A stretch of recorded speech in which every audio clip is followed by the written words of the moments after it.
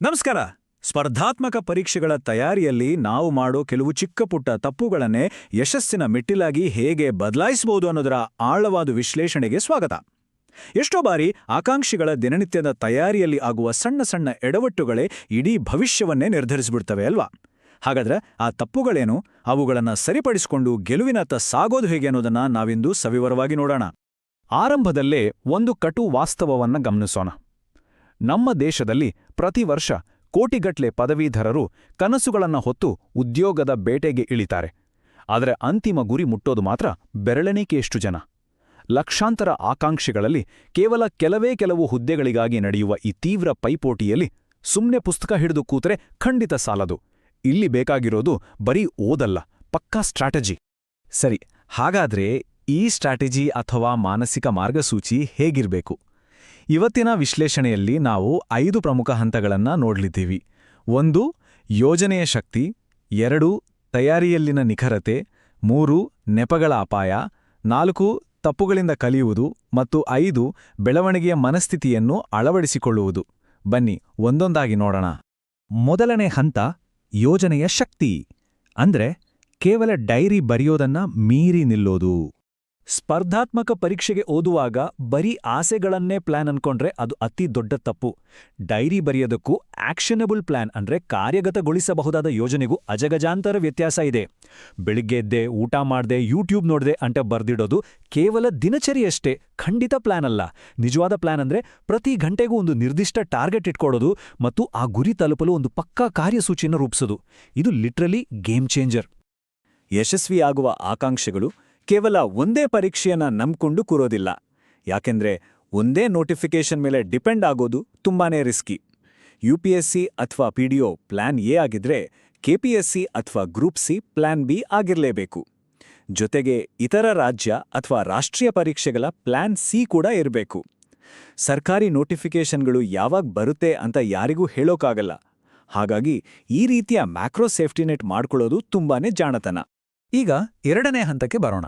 ತಯಾರಿಯಲ್ಲಿನ ನಿಖರತೆ. ಅಂದ್ರೆ ಪ್ರತಿ ಗಂಟೆಯ ಆಕ್ಷನ್ ಪ್ಲಾನ್ ಹೇಗಿರಬೇಕು ಅನ್ನೋದು. ನಾವು ಮ್ಯಾಕ್ರೋ ಪ್ಲಾನ್ ಬಗ್ಗೆ ಮಾತಾಡಿದ್ವಿ. ಈಗ ಮೈಕ್ರೋ ಅಥವಾ ನಿಮಿಷದ ಎಕ್ಸಿಕ್ಯೂಷನ್ ಬಗ್ಗೆ ನೋಡೋಣ. ಈ ಬುಲ್ಸೈ ಉದಾಹರಣೆ ಗಮನಿಸಿ. 8 ಪಾಯಿಂಟ್ಸ್ಗೆ ಶೂಟ್ ಮಾಡ್ರೆ ಅದು ಆಲ್ಮೋಸ್ಟ್ ರೈಟ್ ಅಥವಾ ಬಹುಪಾಲು ಸರಿ ಅನ್ಸಬಹುದು. ಆದರೆ ಗುರಿ ಮುಟ್ಟಲಿಲ್ಲ ಅಂದ್ರೆ ಸಿಗೋದು ದೊಡ್ಡ 0. ಸ್ಪರ್ಧಾತ್ಮಕ ಪರೀಕ್ಷೆಗಳಲ್ಲಿ ಆಲ್ಮೋಸ್ಟ್ ರೈಟ್ ಅಂದ್ರೆ ಫೇಲ್ ಆದಂತೆ ಲೆಕ್ಕ. ಇಲ್ಲಿ ಗೆಲ್ಬೇಕಂದ್ರೆ ಎಕ್ಸಾಕ್ಟ್ ಆಗಿ ರೈಟ್ ಆಗಿರಲೇಬೇಕು. ನಿಖರತೆ ಮಾತ್ರವೇ ಗೆಲುವಿನ ಮಂತ್ರ. ಇದನ್ನೊಮ್ಮೆ ಯೋಚಿಸಿ. ಕೇವಲ 4 ತಿಂಗಳ ಕಠಿಣ ಮತ್ತು ಯೋಜನಾಬದ್ಧ ಶ್ರಮ ಮುಂದಿನ 40 ವರ್ಷಗಳ ಸುಂದರ, ಸಂತೋಷದ ಜೀವನಕ್ಕೆ ಭದ್ರ ಬುನಾದಿ ಹಾಕಿಕೊಡುತ್ತೆ. ದಿನಕ್ಕೆ ಕೇವಲ 2 ಗಂಟೆ ಕೂತು ಒಂದು ಕಟ್ಟುನಿಟ್ಟಾದ ಮಂತ್ಲಿ ಪ್ಲಾನ್ ಮಾಡ್ಕೊಂಡ್ರೆ ಅದರ ಲಾಭ ಎಷ್ಟಿರುತ್ತೆ ಅಲ್ವಾ? ಪ್ರತಿಯೊಬ್ಬ ಆಕಾಂಕ್ಷಿಯೂ ಸದಾ ನೆನಪಿನಲ್ಲಿಟ್ಟುಕೊಳ್ಳಬೇಕಾದ ಮಂತ್ರ ಇದು. 3ನೇ ಹಂತಕ್ಕೆ ಹೋಗೋಣ. ನೆಪಗಳ ಅಪಾಯ. ಇದೊಂದು ರೀತಿ ಕಟು ವಾಸ್ತವದ ರಿಯಾಲಿಟಿ ಚೆಕ್ ಅಂತಾನೆ ಹೇಳ್ಬೋದು. ಯಶಸ್ಸಿನ ಹಾದಿಯಲ್ಲಿ ಅತಿ ದೊಡ್ಡ ಶತ್ರು ಅಂದ್ರೆ ಈ ನೆಪಗಳು. ನಮ್ಮ ಮನಸ್ಸು ಸೋಲನ ಎಷ್ಟು ಸುಲಭವಾಗಿ ಸಮರ್ಥಿಸಿಕೊಳ್ಳುತ್ತೆ ಅನ್ನೋದನ್ನ ನೋಡಿದ್ರೆ ಆಶ್ಚರ್ಯ ಆಗತ್ತೆ. ನಾನಿನ್ನು ಚಿಕ್ಕವನು ಅಂತಾರೆ, ಆದ್ರೆ 21ನೇ ವಯಸ್ಸಿಗೆ UPSC ಕ್ಲಿಯರ್ ಮಾಡಿದವರಿಲ್ವಾ? ವಯಸ್ಸಾಯ್ತು ಅಂತಾರೆ, ಆದ್ರೆ 30ನೇ ವಯಸ್ಸಿನಲ್ಲೂ ಸಾಧನೆ ಮಾಡಿದವರಿದ್ದಾರೆ.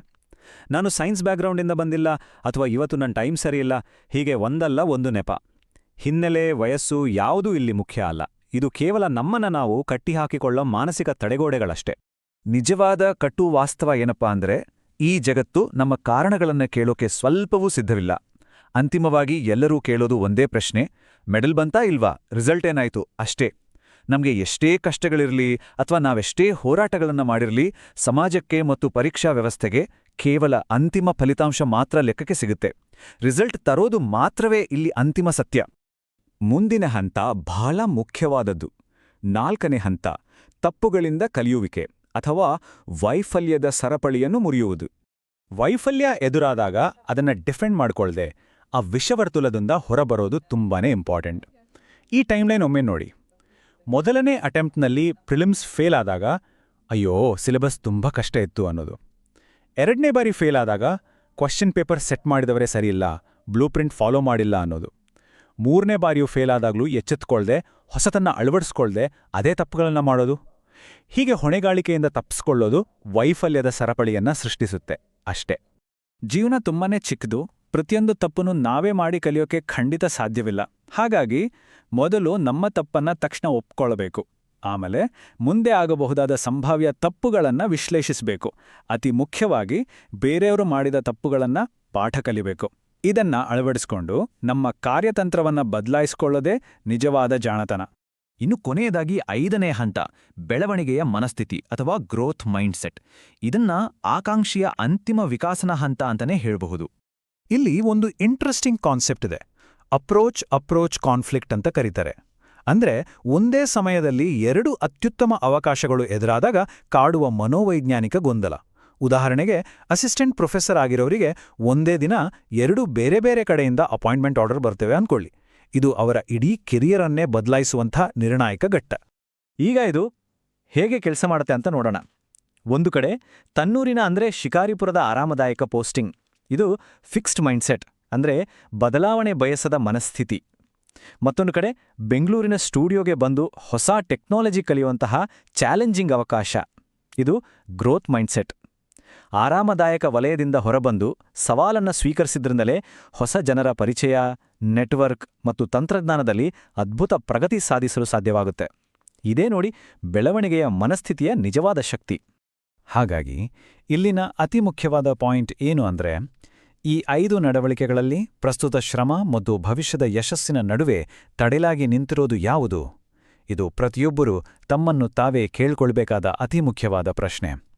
ನಮ್ಮ ತಪ್ಪುಗಳನ್ನು ಅರಿತು ಯೋಜನೆಗಳನ್ನು ನಿಖರಗೊಳಿಸಿ ಯಶಸ್ಸಿನತ್ತ ದಿಟ್ಟ ಹೆಜ್ಜೆ ಇಡೋಣ ಅಂತ ಆಶಿಸ್ತಾ ಇವತ್ತಿನ ಈ ವಿಶ್ಲೇಷಣೆಯನ್ನ ಮುಕ್ತಾಯಗೊಳಿಸೋಣ.